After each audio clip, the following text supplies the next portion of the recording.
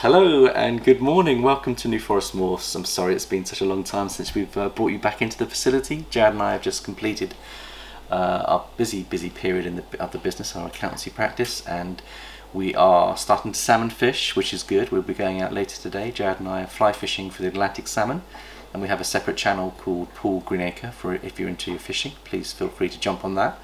And today, Jared, we've had our first ovulation from your big girl, which is Toast, and she went for us last March, didn't she? She gave us a clutch of about 10 eggs, I think it was, in March 2021. It's interesting that if we add 6 weeks, so it takes 6 weeks from ovulation to laying eggs normally.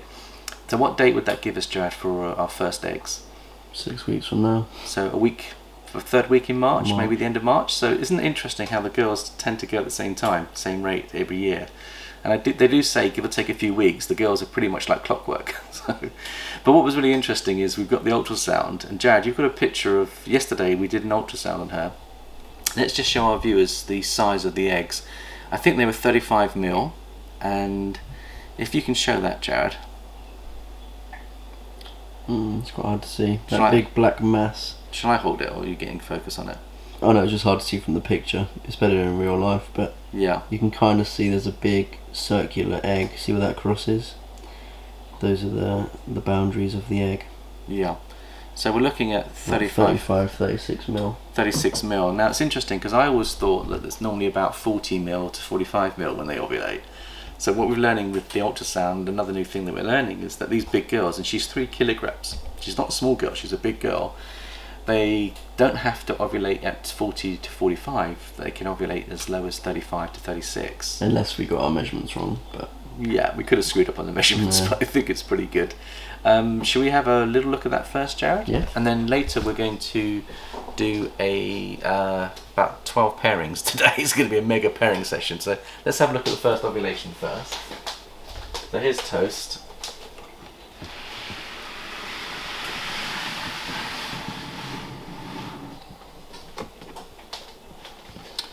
Now, I might want to come around this side, Jazz, so there's light. it's easier to see earlier, but yeah. So what are the signs? You know what? Looking at it now, I'm doubting myself. Yeah. It looked like it a lot earlier because she had a big, thick football shape here. It went small and her tail was sucked in. See the tail suck. She's got the tail suck. That's one of the signs of ovulation. Then she's got an American-sized football. This is I think this is the beginning. I think it's the start. I think this is the beginning of an ovulation. We'll probably check again tonight as well.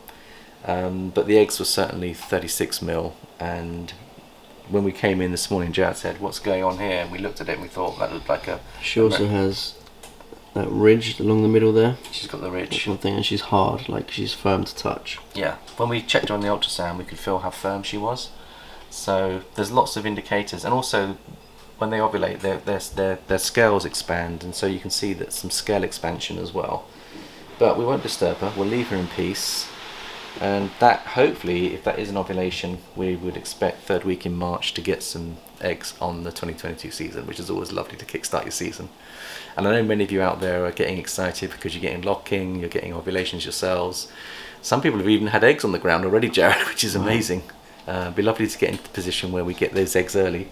I always like having at least one of our girls to kickstart the season because it gets us excited, and we always get excited when we fire up the incubator, Jared. It's always a lovely feeling, isn't it? Knowing that we've got eggs in there.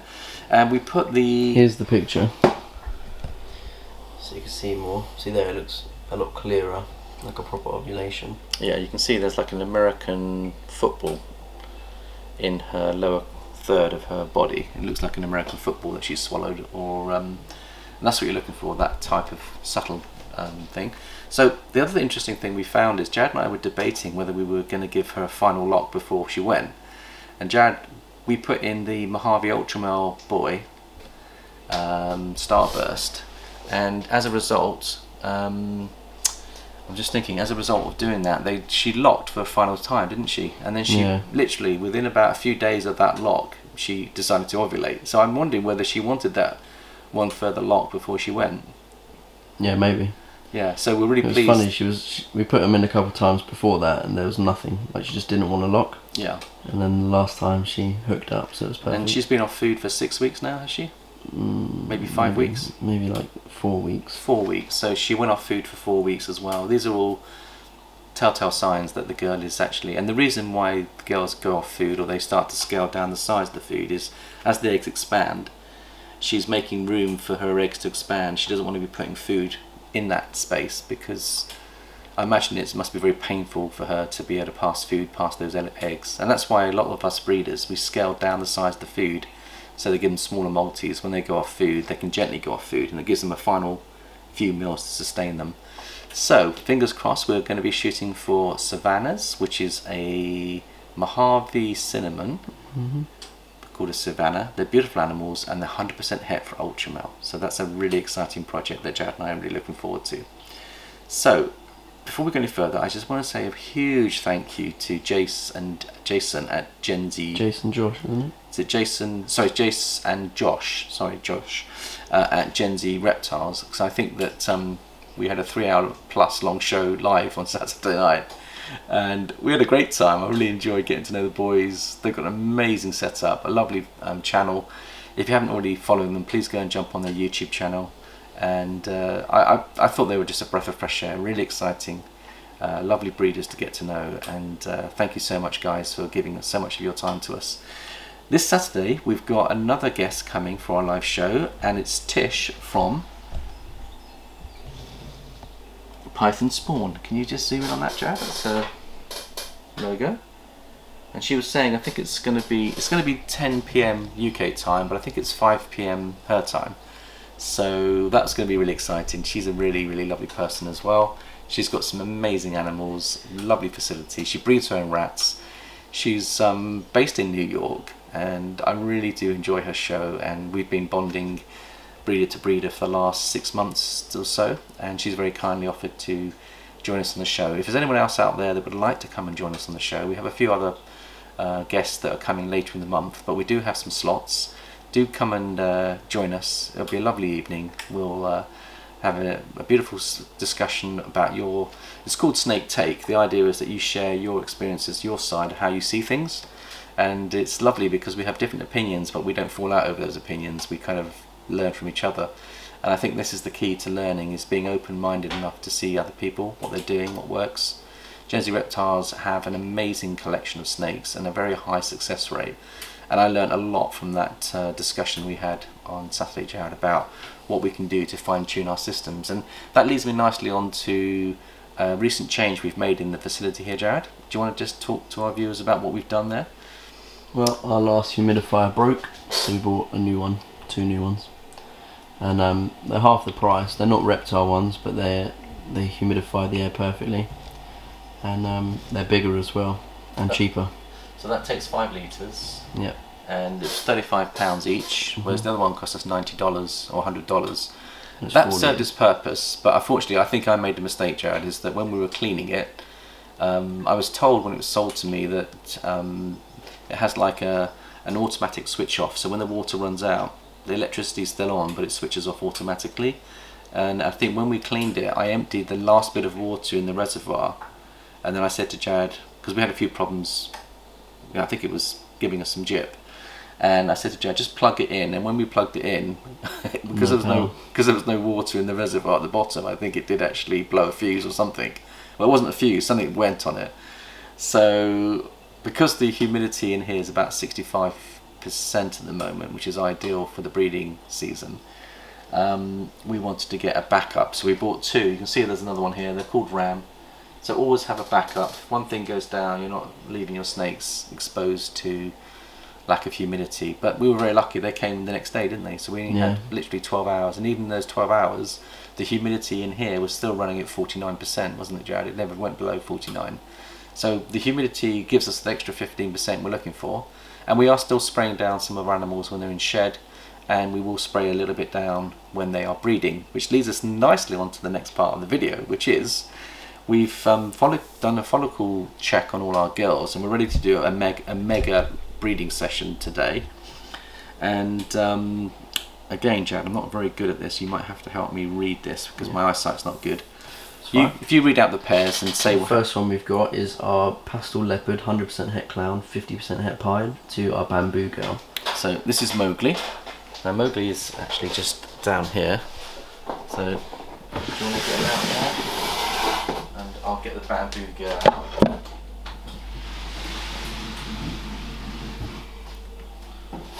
So there we go. Here he is. Isn't he just lovely, Jared?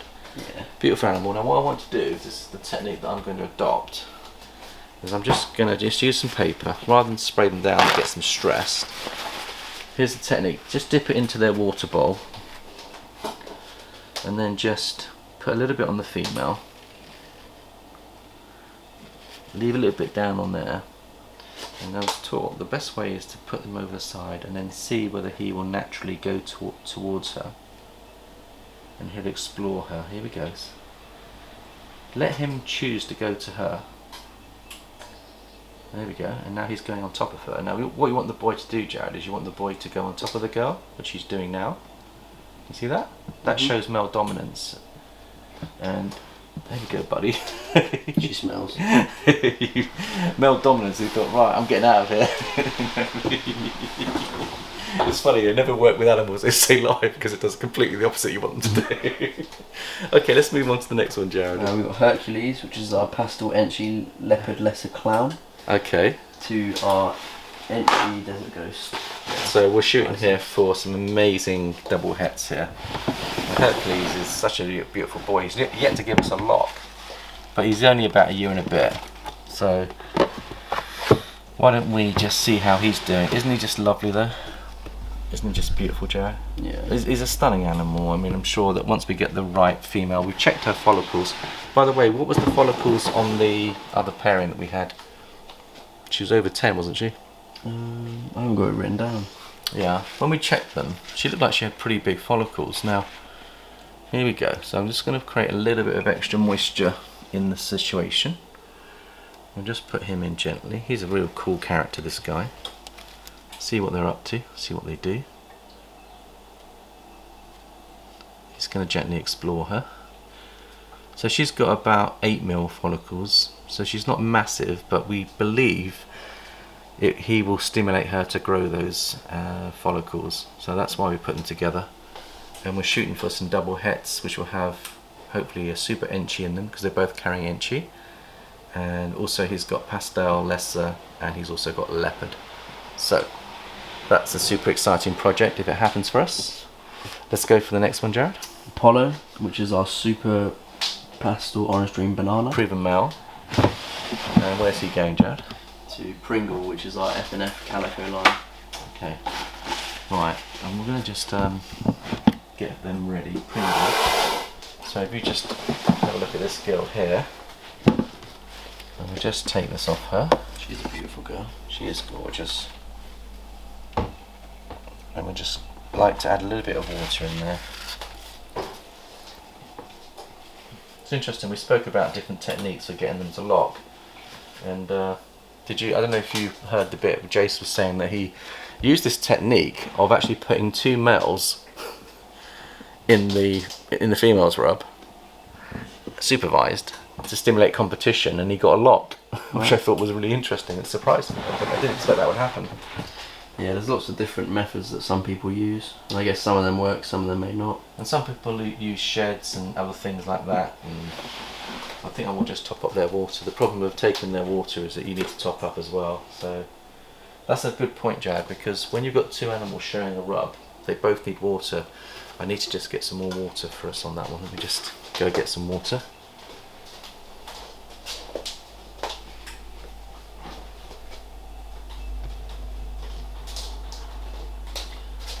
Let's just put some more water in there. So he's showing a really positive sign here. Can you see how he's checking her out?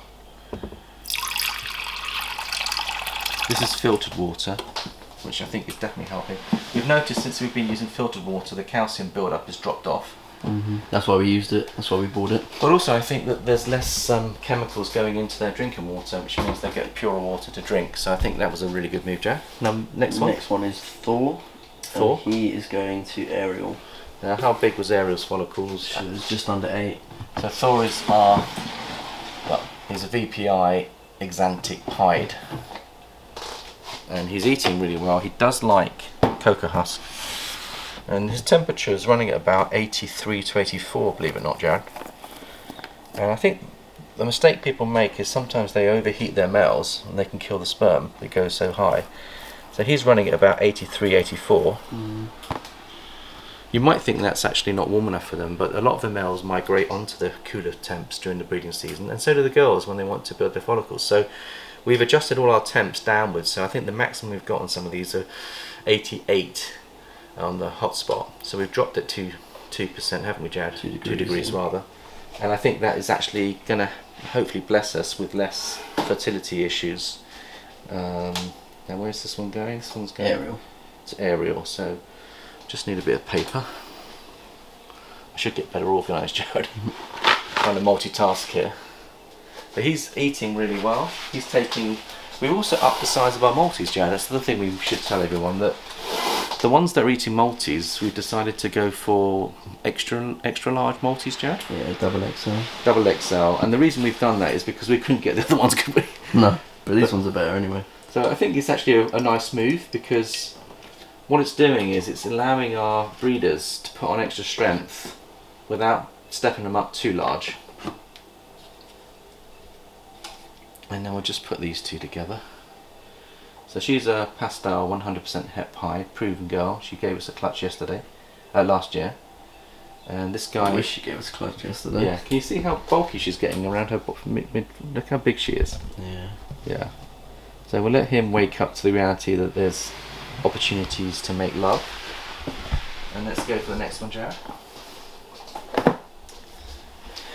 Next one we have is Giovanni, who's going to the pinstripe Penelope. So he just shed out today, and he's going to Penelope. Beautiful animal. Isn't he lovely, Jared? Every shed he comes out beautiful. Very few spots on him as a banana. He's super pastel, isn't he? Yeah. So let's just see whether he wants to get some fun here. Yeah, this is Penelope. Penelope pit stop. So let's just give them a little bit of extra water. So she's quite bulky, and her follicles were over 10 mil, weren't they? So let's just see if Giovanni can get the job done. We'll put those together. There's certainly going to be a rhythm in the room, because we're going to be doing 12 pairings.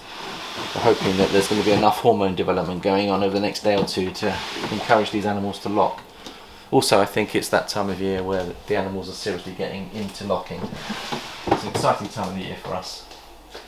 Okay, Jan, let's move on to the next. Next one that we have is Samo, who's going to Moneypenny. Samo to Moneypenny. Now, Samo is our Firefly Boy double het ghost pied. He has locked once to her. We're looking for a second lock. Beautiful animal, Jared. I'll just get her ready if you want to get him out.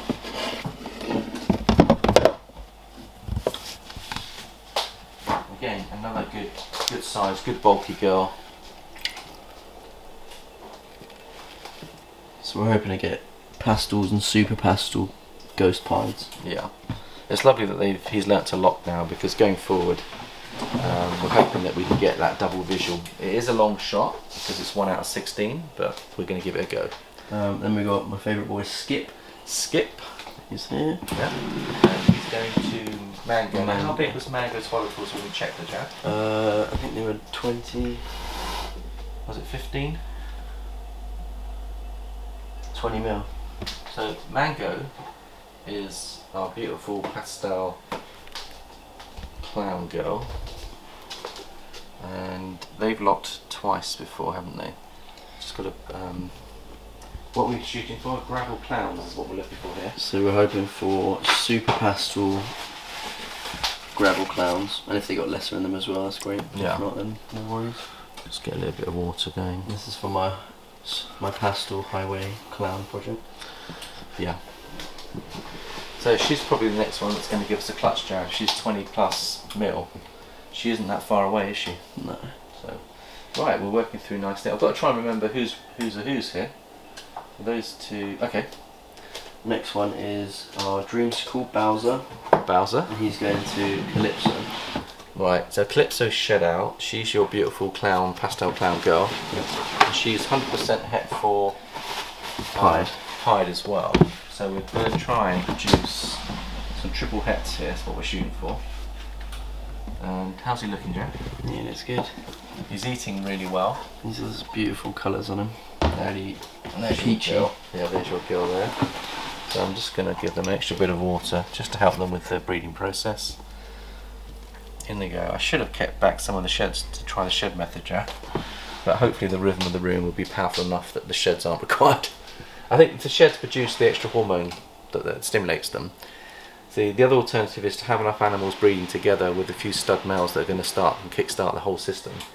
And then you get into a rhythm, so you get into a regular rhythm of the room, it's called.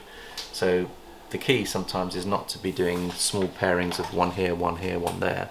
But you notice we're doing quite a lot all in one go because we want the whole of the music of the room to really sing and hum, which will create, when Jad and I come in here to check, the hormone and the hormone smell in here is going to be pretty potent, and that's what we want. That's a good sign if that's happening. So the next one is Casper, and he's going to Celeste, who had 8.2mm follicles. So they're both here. Let's just get those. Here's the girl. Celeste. Here's the girl, Celeste, and what is she, Jad? She is a phantom pastel yellow belly. She's a phantom pastel yellow belly, first time mum. I'll put her on top, Jazz, so you know who's hides are whose. Just need to add a little bit of water. So I'm using quite lukewarm water here. I don't want to shock them, but I want to give them enough lubrication and extra humidity. Snakes do like extra humidity before they breed, and I'll just top up their water because they will be sharing that. Fresh water, and then we'll just get the boil in there. They've locked once before, haven't they, Jad? Where is he? Where's he up to? Yeah, I think the head's locked. Yeah, so he's our very first bell that we bred with, and he's also 100% het for Ultramel. Yeah, so the Mojave Bamboo 100% het Ultramel. Yeah, and what are we shooting for here? So we're trying to get some Purple Passions. Purple Passions 100% het Ultramel, or at least 50%, but half the clutch in theory should be 100% het Ultramel, is the way I look at it. So we'll put those in. And the next, Jad? The next one that we have is Wizzy, who's our yellow belly pied. Yellow belly pied. So where is Wizzy? Is he down there somewhere?